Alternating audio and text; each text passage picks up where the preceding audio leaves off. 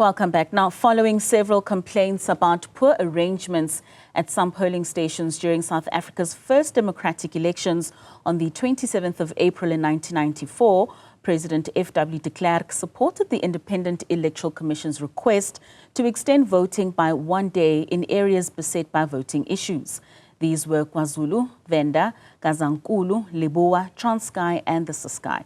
To discuss the events of that day, we are joined by former Constitutional Court Judge and the first appointed IEC Commissioner at that time, Judge Johann Kriegler. Judge, thank you so much for your time and for joining us this morning. Now, you were the first appointed IEC Commissioner at that time. Perhaps just take us back to and set the scene in terms of what South Africa was like during that week of voting and the uncertainty that possibly took over the minds of many South Africans, both black and white, during that time of voting.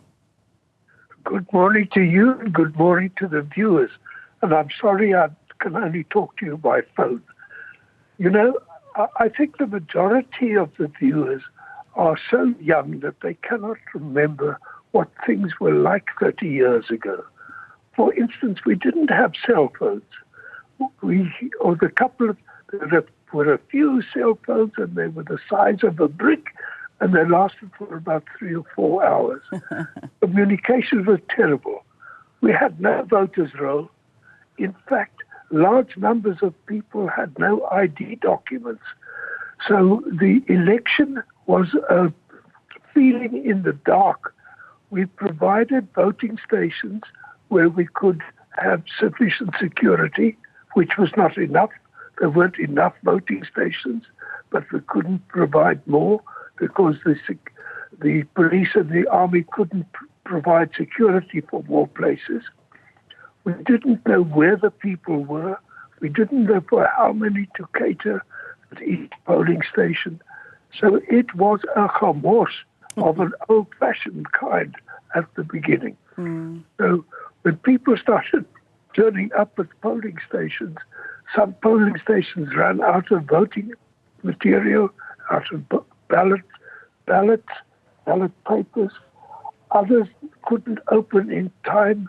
Others, the electricity failed. So, as I say, it was a bit of a mess at the beginning. And I can imagine, like you're saying, Judge, with a lot of those challenges that you faced in terms of ensuring that the elections were free and fair, and this was done for the first time across the board in South Africa. When you then made those recommendations to the then President F.W. de Klerk, what was his reaction, and did he have any reservations or concerns about extending the elections? Oh, no.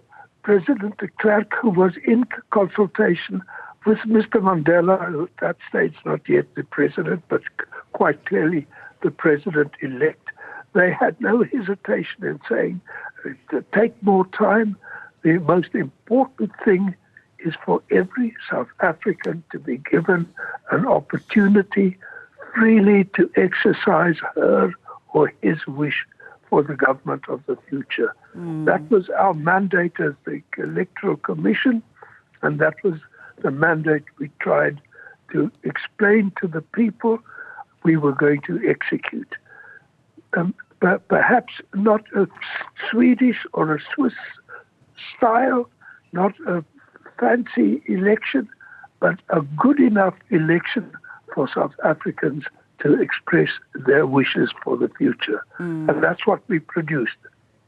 And how did this extension then impact on the overall election process and as well as the timeline? Were there any logistical challenges in implementing the extra day of voting? You know, I must start at the beginning again. Elections are extremely complicated exercises. They involve delivering millions of documents to thousands of different places where hundreds of thousands of temporary, part-time, half-trained people are preparing to deliver a complicated service to another millions and millions of people. And things go wrong. They go wrong everywhere. Trucks break down and electricity fails and ballot boxes won't open. And you only realize once you've started running an election how many things can go wrong.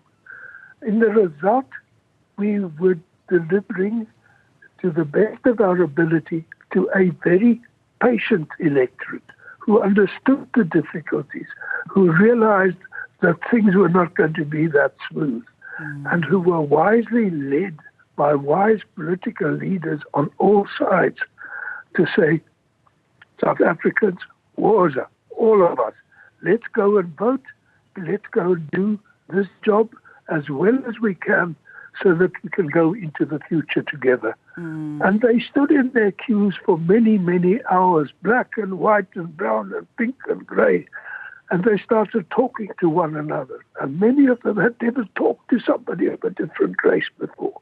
And it was a magnificent experience for all of us. And we came out of the elections, because they were so difficult, we came out of the elections saying to one another, hey, we got through that. We did that job.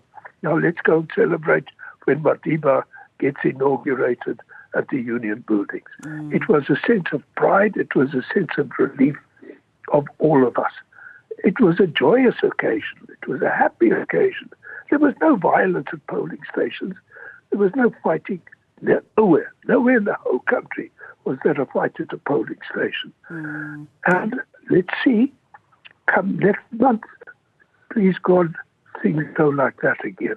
Most certainly, we do hope that we will have those kind of moments in ensuring that even when it's difficult to deliver, we're still able to ensure that we have a successful election. Just one more question, Judge. In retrospect, how crucial was this extension in ensuring that the elections were free and fair, ensuring that South Africa's first historic elections truly go in a way that creates or brands South Africa as one going into the future? Well, you know, I said earlier, the electoral management must give every voter who wants to vote the opportunity to vote.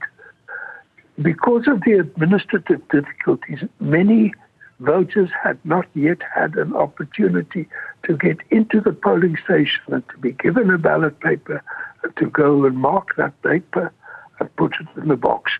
Because of the difficulties of delivery, of opening of staff, of failure of electricity and so forth, many people had not yet been able to vote. It was essential that they vote. We could not say to ourselves, we could not say to the world, South Africans have expressed their view unless all South Africans who wanted to had been given that chance.